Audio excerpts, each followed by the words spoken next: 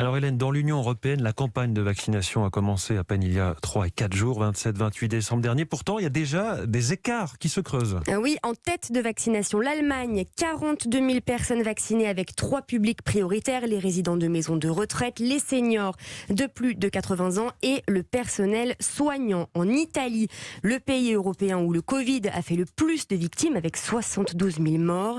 Près de 10 000 doses ont été administrées au personnel soignant et dans des buts bien précis. C'est ce qu'explique Enrico Storti, chef du service anesthésie-réanimation de l'hôpital de Crémone dans le nord du pays. C'est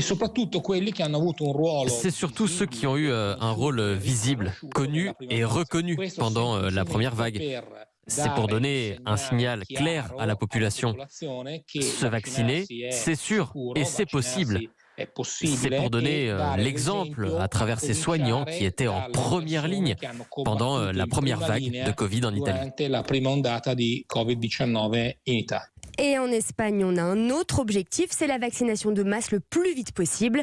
Pierre Malcher est le chef du service des urgences de l'hôpital Bellvitge de Barcelone. Nous avons reçu 370 000 doses de vaccins hier pour toute l'Espagne. Donc la campagne de vaccination intensive, ou du moins plus intensive, a commencé hier parce qu'il y a vraiment une vraie volonté du gouvernement espagnol de faire une vaccination massive et la plus rapide possible. D'autres pays ont aussi décidé d'aller vite. Déjà 7 500 personnes vaccinées au Portugal, 6 000 au Danemark.